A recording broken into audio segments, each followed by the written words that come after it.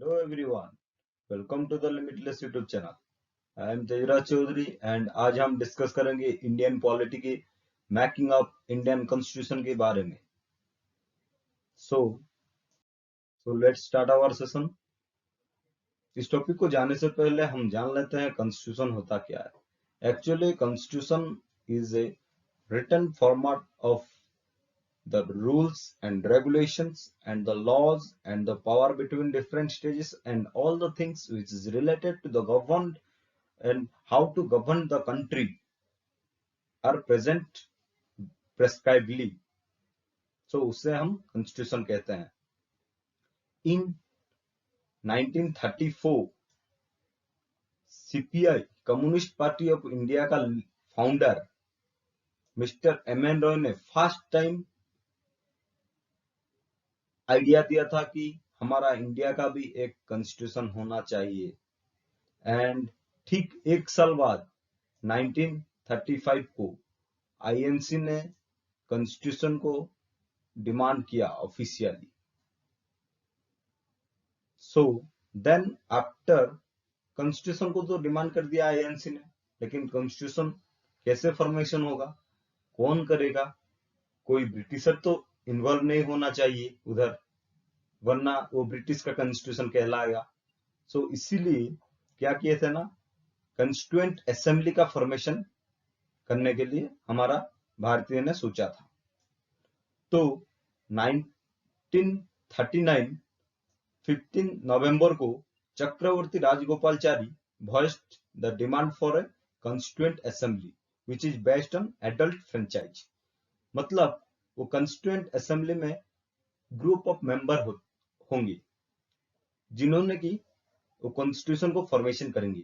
लेकिन वो जो ग्रुप ऑफ मेंबर कैसे आएंगे, वो एडल्ट फ्रेंचाइज का टेक्निक से आएंगे. वो एडल्ट फ्रेंचाइज एक वोटिंग सिस्टम होता है जहां एडल्ट का सहमति से वो आदमी चुना होके कॉन्स्टिट्यूएंट असेंबली को आएगा. सो इन 1940 the demand of constituent assembly by INC was accepted by August Duffer.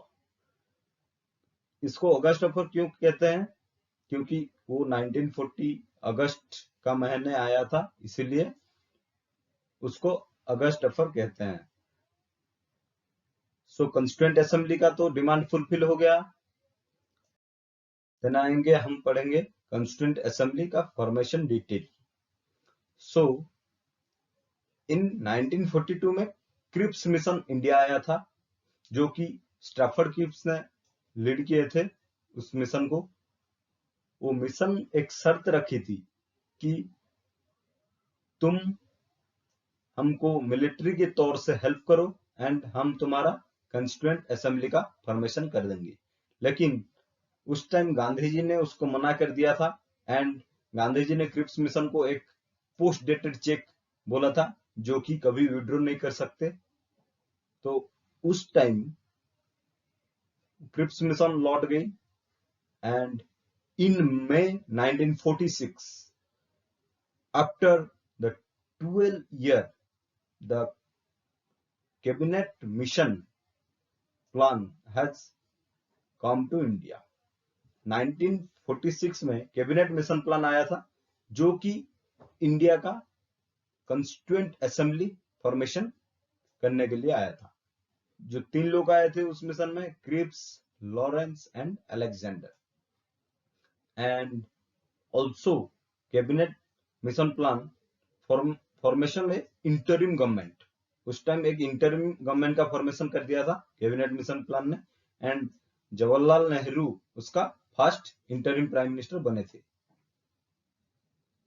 तो उसका बाद कंस्टिट्यूएंट असेंबली में कितना मेंबर होंगे, वो 389. That is totally divided according to the population. And 389 members are divided into 3 categories of states, that is 292 members elected from governor provinces of British India, जहां पर governor का रूल चलता था. And 93 members are nominated from 29 princely states of British India, and 4 members are elected from the Chief Commissioner of Provinces of British India. वो governor provinces of British India में क्या हुआ था, उधर उस स्टेट को गवर्नर रूल करता था, एंड प्रिंसली स्टेट में क्या होता था, उधर किंग का रूल चलता था, एंड चीफ कमिश्नर प्रोविंसेस में क्या चल रहा था, चीफ कमिश्नर का रूल चल रहा था। तो 4 ऐसे प्रोविंसेस है, छोटे छोटे प्रोविंसेस है जहां पर चीफ कमिश्नर का रूल चल रहा था। वहां एक है दिल्ली, एक है अजमेर, एक है कौर्ग, एक है Baluchistan, and all the seats are divided according to the populations, that is as per one seat 10 lakh people, and here all the pink colors are princely state जहां पर किंग का रूल चलता था, and the yellow color map are the governor ruled states जहां पर governor rule करता था। so the constituent assembly का all the members are belongs to 3 categories of communities, that is Muslim, Sikh and General। First, मुस्लिम और सिख को उस कॉन्स्टिट्यूएंट असेंबली में कुछ कोटा थे, कुछ seats directly belongs to the Muslim and Sikhs, and जो कुछ भी बच गया था मुस्लिम और सिख को देने के बाद वो सब जनरल कैटेगरी में आए थे। तो उस टाइम कॉन्स्टिट्यूशन असेंबली का टोटली फॉर्मेशन हो गया। तो फर्स्ट मीटिंग हुआ था कॉन्स्टिट्यूएंट असेंबली का 9 दिसंबर 1946 में। उस टाइम डॉक्टर सचिदानंद सिन्हा को first president of constituent assembly कर दिया था as per the seniority, and after 11 दिसंबर 1946 को सेकेंड मीटिंग हुआ था कॉन्स्टिट्यूएंट असेंबली का। हियर डॉक्टर राजेंद्र प्रसाद को सिलेक्ट कर दिए थे प्रेसिडेंट के लिए, and SC Mukherjee and VT Krishnachari को वाइस प्रेसिडेंट के तौर से इलेक्ट किए थे, एंड बीएन राव को अपॉइंट किए थे एडवाइजर ऑफ कॉन्स्टिट्यूएंट असेंबली, जो कि एडवाइज करेगा कॉन्स्टिट्यूएंट असेंबली को। इन 13 दिसंबर 1946 को जवाहरलाल नेहरू ने ऑब्जेक्टिव रिजोल्यूशन का प्रेजेंट किया था, एंड ऑब्जेक्टिव रिजोल्यूशन होता क्या है? Objective resolution is the philosophy behind the constitution. Constitution का मेकिंग करने के लिए कौन कौन सा फिलोसॉफी यूज होगा वो सब उसमें प्रेजेंट थे, and in 3 June 1947 the Mountbatten plan was enforced. Mountbatten plan एक बहुत बड़ा हिस्सा था इंडिया का पार्टीशन का।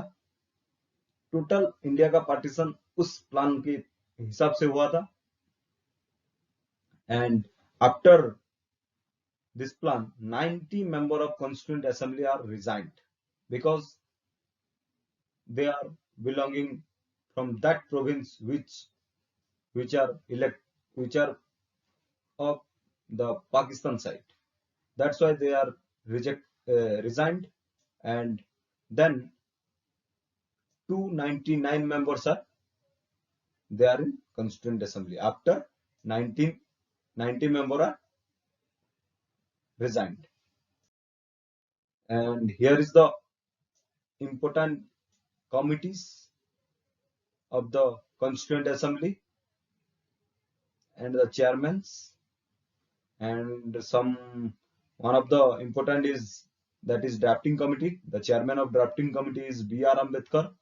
It is an important committee, and all the committees and its chairmen are present in this slide. So we move to our next slide. So after the formation of the committees, the constitution, the drafting of constitution was proceed, and then 4th November को first copy of constitution present किए थे, and after 15 November of 1948 को second copy of constitution present किए थे and after 14 नवंबर 1949 को third copy of constitution present किए थे, जो कि almost all the things are right in the third copy.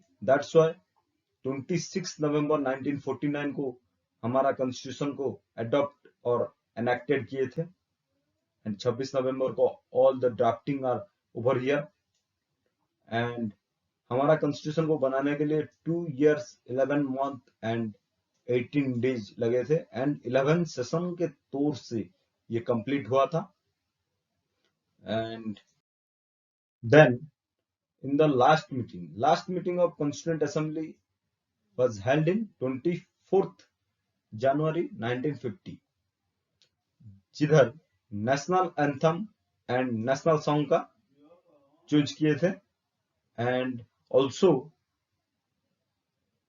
उस मीटिंग में डॉक्टर राजेंद्र प्रसाद को फर्स्ट प्रेसिडेंट ऑफ इंडिया का मान्यता मिला था एंड इन 26 जनवरी 1950 को Indian constitution came into force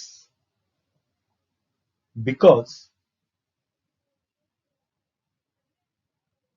26 जनवरी 1930 को हमने फर्स्ट टाइम पूर्ण स्वराज डे मनाया था, जो कि the bank of the river Ravi, जहां पर जवाहरलाल नेहरू ने फर्स्ट टाइम फ्लैग होस्टिंग किए थे and that is to remember और to recognise that day we enforce the constitution in 26 January 1950. And so don't be confused, 26 January 1950 is the enforcement date of Indian Constitution and 26th November 1949 is the adopt or enacted of the Indian Constitution. And at that time of Constitution there are 395 articles and 22 parts and 8 schedules, and here all the signature of the Constituent Assembly members are present in the last page of the Constitution. And thank you guys. Have a good day and stay safe.